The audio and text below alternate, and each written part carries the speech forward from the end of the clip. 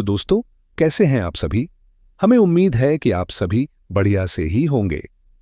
तो दोस्तों, हमने इस चैनल पर चंद्रमुखी सीरियल के लास्ट एपिसोड के 2 भागों को प्रसारित किया था, जिसे आप सभी ने खूब प्यार दिया और आप सभी ने हमें कमेंट के रूप में बताया कि आप सभी भी इस शो के चाहने वालों में से रहे हैं।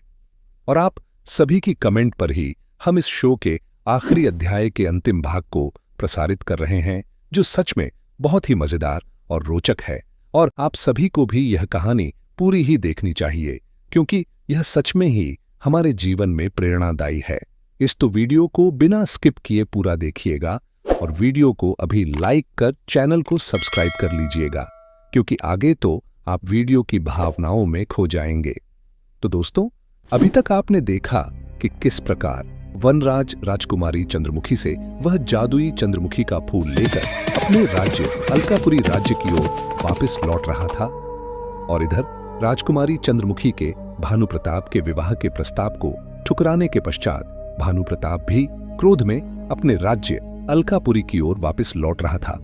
और वह सोच रहा था कि जिस कारण वह राजकुमारी चंद्रमुखी से विवाह करने रूपनगर आया था, वह तो अब होगा ही नहीं, और अब वनराज को किसी तरह रास्ते में ही रोककर समाप्त कर दिया जाए और वह जादुई फूल वनराज की जगह वह स्वयं ले जाकर अपने पिताजी की आंखों की रोशनी लौटा दे, ताकि उसका मान सम्मान अलकापुरी राज में और बरछ जाए और उसे अलकापुरी राज्य का राजा बना दिया जाए। और यही सब सोचकर वह अपने घोड़े पर सवार होकर अलकापुरी राज्य की ओर बहुत तेजी से निकल जाता है, ताकि वह वनराज को उसे रास्ते में ही रोककर समाप्त कर सके। और उधर वनराज फूल मिलने की खुशी में अपने राज्य की ओर बड़ी ही तेजी के साथ जा रहा था, और वह सोच रहा था कि अब वह अपनी मां से भी मिल पाएगा। तभी जाते समय वनराज पर जादूगर विचित्रसेन की नजर पड़ जाती है, और वह वनराज को दैत्य सम्राट कहकर रास्ते में ही रोकता है। वनराज घोड़े से उतरकर विचित्रसेन को प्रणाम करता है। विचित्रसेन वनराज से कहता है कि हे दैत्य सम्राट, आज आपके मुख पर एक अद्भुत तेज है और खुशी भी झलक रही है। तब वनराज बताता है कि वह जिस कारण से रूपनगर राज्य में आया था, वह पूर्ण हो गया है और उसे राजकुमारी चंद्रमुखी का वह जादुई पुष्प भी प्राप्त हो गया है, और अब मैं शीघ्रातिशीघ्र अपनी मां के पास पहुंचना चाहता हूं और मुझे अब आज्ञा दे दीजिए। उधर विचित्रसेन मन ही मन सोच रहा था कि दैत्य सम्राट तो अब रूपनगर से चले जाएंगे और राजकुमारी चंद्रमुखी से मैं ही विवाह करूंगा। उधर मार्ग में वनराज का सौतेला भाई भानु प्रताप भी मिल जाता है।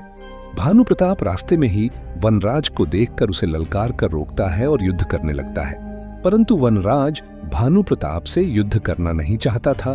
परंतु भानु प्रताप वनराज की बात नहीं सुनता है और युद्ध करने लगता है, जिसमें भानु प्रताप वनराज के हाथों पूरी तरह से घायल हो जाता है। भानु प्रताप को यूं घायल देख वनराज को दया आ जाती है और वह उसे अपने घोड़े पर ही सवार कर अलकापुरी राज्य की ओर जाने लगता है।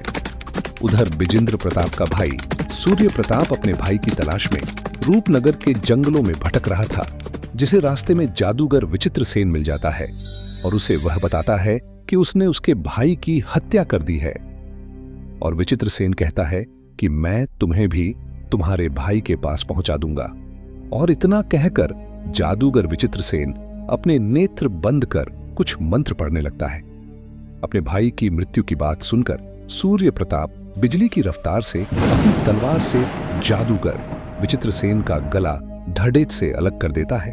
विचित्रसेन के मरते ही उसका पूरे रूपनगर के जंगलों में किया हुआ जादू समाप्त हो जाता है और रूपनगर के जंगल में भटकने वाले उस सर कटे हुए व्यक्ति को भी अपना सिर मिल जाता है।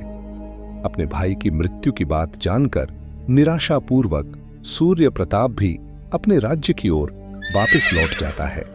उधर वनराज की मां और देवधर बाबा को यह पता चलता है कि वनराज रूपनगर से वह जादुई पुष्प ले आया है, जिससे उसके पिता की आंखों की रोशनी अब वापस आ जाएगी। वहां सभी बहुत प्रसन्न होते हैं। वनराज वापस आकर अपनी मां और देवधर बाबा का आशीर्वाद लेता है और कहता कि मां, यह देवधर बाबा के आशीर्वाद और आपके चरणों का ही प्रताप है कि आज मैं सुरक्षित और सकुशल रूप से चंद्रमुखी का यह फूल लेकर आ पाया हूं। अब तनिक भी देर नहीं करेंगे और शीघ्र अलकापुरी महल में जाकर पिताजी की आंखों की रोशनी वापस लौटाएंगे। इधर भानु प्रताप भी अपनी करनी पर पछता रहा था। अलकापुरी राज्य में सब कुछ ठीक चल रहा था, परंतु कुछ दिनों बाद रूपनगर में राजकुमारी चंद्रमुखी का स्वास्थ्य दिन पर दिन बिगड़ता जा रहा था, क्योंकि राजकुमारी चंद्रमुखी का वह चमत्कारी फूल अब उनसे दूर हो चुका था। तो दोस्तों, यह था चंद्रमुखी सीरियल के लास्ट एपिसोड का पार्ट 3। क्योंकि दोस्तों, कहानी इंटरेस्टिंग होने के साथ थोड़ी सी बड़ी भी है, इसलिए इसे एक ही एपिसोड में बता पाना संभव नहीं है। तो दोस्तों, इसका अगला एपिसोड पार्ट 4 जल्दी ही चैनल पर अपलोड कर दिया जाएगा। वीडियो को देर से लाने के लिए हम आपसे पुनः माफी चाहेंगे, और एपिसोड देखने के लिए हमसे जुड़े रहें। और यदि अभी तक आपने हमारे चैनल को सब्सक्राइब नहीं किया है तो चैनल को सब्सक्राइब कर लीजिए, बेल आइकन को प्रेस कर लीजिए, ताकि हमारा ऐसा कोई वीडियो आपसे मिस न हो सके। तो दोस्तों, आप सभी अपना ख्याल रखिए।